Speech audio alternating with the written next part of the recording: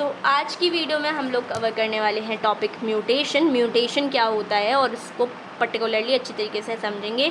और ये जो नेक्स्ट वीडियो में बहुत स्पेशल टाइप्स के ये पूरे सिंबल्स हैं वो अच्छे से समझेंगे। उसके बाद पेडिग्री एनालिसिस पे आएंगे हम, ठीक है।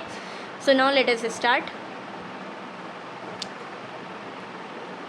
म्यूटेशन एक फिनोमेनन है which results in alternation of DNA sequences and consequently results in changes in the genotype and phenotype of an organism. In addition to recombination, mutation is another phenomenon that leads to variation in DNA. Mutation क्या है, कैसे समझना है, ये चीज़ देख लो। Topic है mutation. Mutation के लिए एनसीईआरटी ने सबसे पहले लिखा कि म्यूटेशन उस चीज़ को कहेंगे जहाँ पे आपका रिज़ल्ट आ रहा है वेरिएशन। रिज़ल्ट क्या आ रहा है कि वेरिएशन हो रहा है। रिज़ल्ट्स आर कि वेरिएशन हो रहा है। पहली बात, डीएनए सीक्वेंस में चेंज हो रहा होगा। डीएनए के सीक्वेंस में अगर चेंज होगा तो आरएनए के में भी चेंज होगा, और अगर आरएनए में चेंजेस आएंगे तो प्रोटीन में भी चेंजेस आएंगे। ये चीज़ हमें पता ही है, ठीक है। म्यूटेशन ये है कि अगर ऑल्टरनेशन हो रहा है कुछ डीएनए के सीक्वेंस में, जिसकी वजह से रिजल्ट्स इन जीनोटाइप क्या होंगे, चेंज होंगे, फिनोटाइप चेंज होने लग जाएगा। रिकॉम्बिनेशन हम पढ़ के आ चुके हैं, जो नॉन पेरेंटल टाइप्स वाले होते हैं, इसकी वजह से तो वेरिएशन आता ही है। साथ ही म्यूटेशन की वजह से भी क्या आता है, वेरिएशन आता है। म्यूटेशन जब होता है, जब थोड़े से चेंजेस आते हैं डीएनए में, या फिर ऑल्टरनेशन हो जाता है सिंगल जीन का ही, उसी की वजह से चेंजेस आने लगते हैं, इसी को म्यूटेशन कहते हैं। और म्यूटेशन की वजह से ओवरऑल जीनोटाइप एंड फिनोटाइप में बी अफेक्टेड। नाउ वेरिएशन आ सकता है। As you will learn in chapter 5, one DNA helix run continuously from one end to other in each chromatid in a highly supercoiled form. Highly supercoiled form में एक जो DNA है वो आपको देखने को मिलता है, हाईली सुपरकॉइल्ड फॉर्म में होता है। ये चीज़ हम कहाँ देखने को मिलेंगे, डीएनए हेलिक्स पढ़ेंगे हम चैप्टर 5 में, तब हमें देखने को मिलेगा। देयरफॉर लॉस यानी कि डिलीशन या फिर एक इंसर्शन होना सेगमेंट ऑफ डीएनए में रिजल्ट कर सकता है ऑल्टरनेशन ऑफ क्रोमोसोम। ये लाइन क्या कह रही है, ये चीज़ हमें समझना है। अगर सिंगल जीन में चेंजेस आ रहे हैं, सिंगल जीन में चेंज आ रहे हैं, यानी कि जीन म्यूटेशन या पॉइंट म्यूटेशन अगर हो रहा है, यानी कि जैसे कि अगर जीन म्यूटेशन हो रहा है उसमें फ्रेम शिफ्ट हो रहा है। फ्रेम शिफ्ट मतलब क्या होता है कि डिलीशन होगा एक नाइट्रोजनस बेस का। डिलीशन मतलब एक नाइट्रोजनस बेस हट गया, एक नाइट्रोजनस बेस हटा, ये वाला नाइट्रोजनस बेस हटा, जिसकी वजह से पूरी चीज़ शिफ्ट हो जाएगी।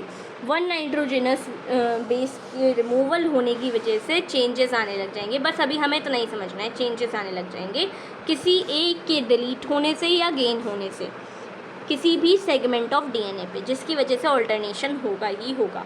सिंस जीन लोकेटेड होते हैं, are known to be located on chromosome, chromosome पर ही लोकेटेड होते हैं, तो ऑल्टरनेशन अगर जीन में आ रहा है तो वो क्रोमोसोम्स में भी आएगा, जिसकी वजह से एबनॉर्मेलिटीज़ आएंगी यानी कि एबरेशंस आएंगे।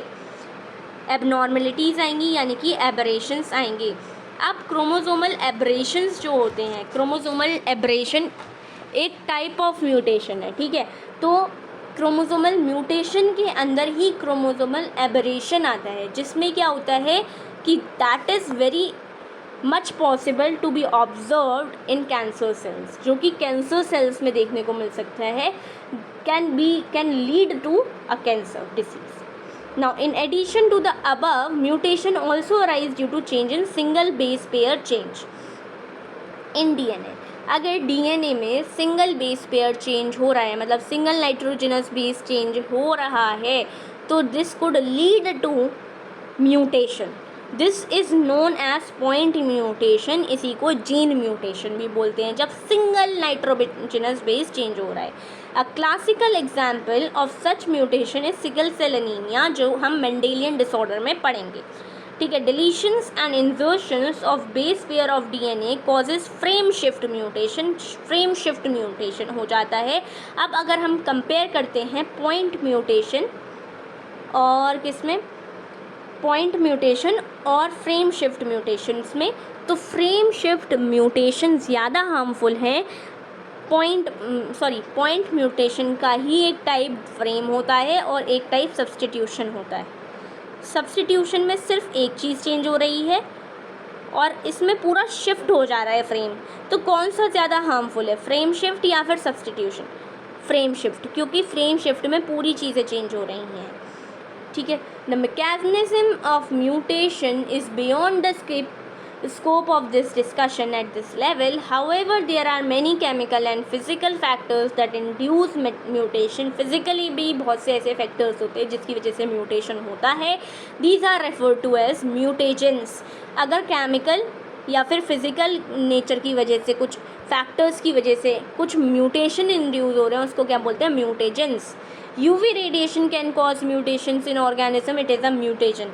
यूवी रेडिएशंस भी क्या कर सकते हैं? यूवी रेडिएशंस भी म्यूटेशंस ला सकते हैं, इसीलिए इसको म्यूटेशन बोलते हैं। इम्पॉर्टेंट है अगेन।